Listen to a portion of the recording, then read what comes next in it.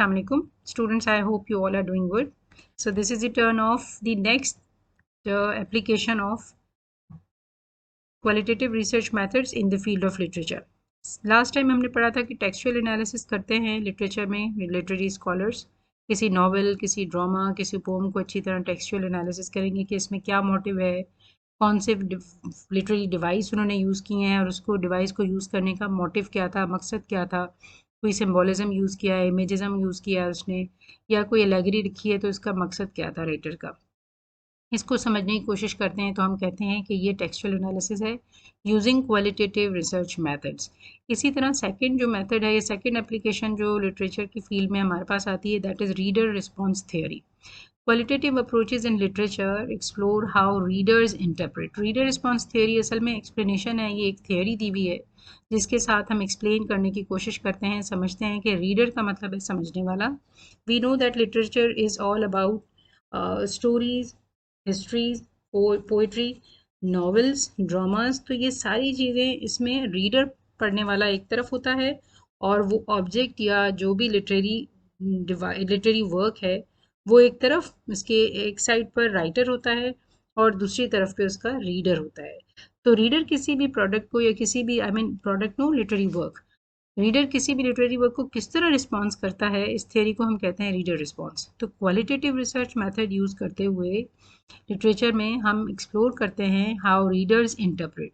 कि ये कोई वर्क है लिटरेरी तो उसको रीडर्स किस तरह एक्सप्लेन करेगा एंड इंगेज विद टेक्स्ट और टेक्स्ट को कितना पसंद करता है, कितना उसके साथ इंगेज है, इसे हम कहेंगे reader response theory. Researchers might conduct interviews करके भी पूछ सकते हैं, जनाब हैमलेट शेक्सपियर का ड्रामा है, ट्रेजेडी है, do you think that is good tragedy, या आप समझते हैं कि दूसरी जो ट्रेजेडीज़ हैं वो अच्छी हैं। इसकी सर्वे कर सकते हैं, ज़्यादा लोगों से पूछ सकते हैं, फोकस ग्रुप, छोटा स्मॉल ग्रुप बनाया रीडर्स का, उनके साथ आप अंडरस्टैंड कर सकते हैं कि सब्जेक्टिव रिस्पॉन्सेज आपके क्या हैं, आपने किस तरह जो है वो इसको रिस्पॉन्स किया है, आपका पर्सनल रिस्पॉन्स ओपिनियन क्या है, इसमें इंटरप्रिटेशंस कैसी हैं, आप एक्सप्लेन कैसे करते हैं, आपको कितना समझ आया ये ड्रामा, कितना पसंद आया, इमोशनल एक्सपीरियंसेस आपके कैसे हैं जब आपने ये रीड किया literature. So a researcher conducts focus group with readers to explore their reactions to a controversial novel. एक नॉवल ऐसा है थॉमस हार्डी का जो थोड़ा कंट्रोवर्शियल है, जिसे कहा जाता है कि सोसाइटी की पिक्चर इन्होंने ठीक नहीं दिखाई, या कोई ड्रामा है एडिपस रेक्स, शायद आपने पढ़ा है, वो भी एक ट्रेजेडी है, एंशिएंट राइटर, ग्रीक राइटर्स की, सोफोक्लिस की। तो उस कंट्रोवर्शियल नॉवल में या ड्रामा में जो टेस है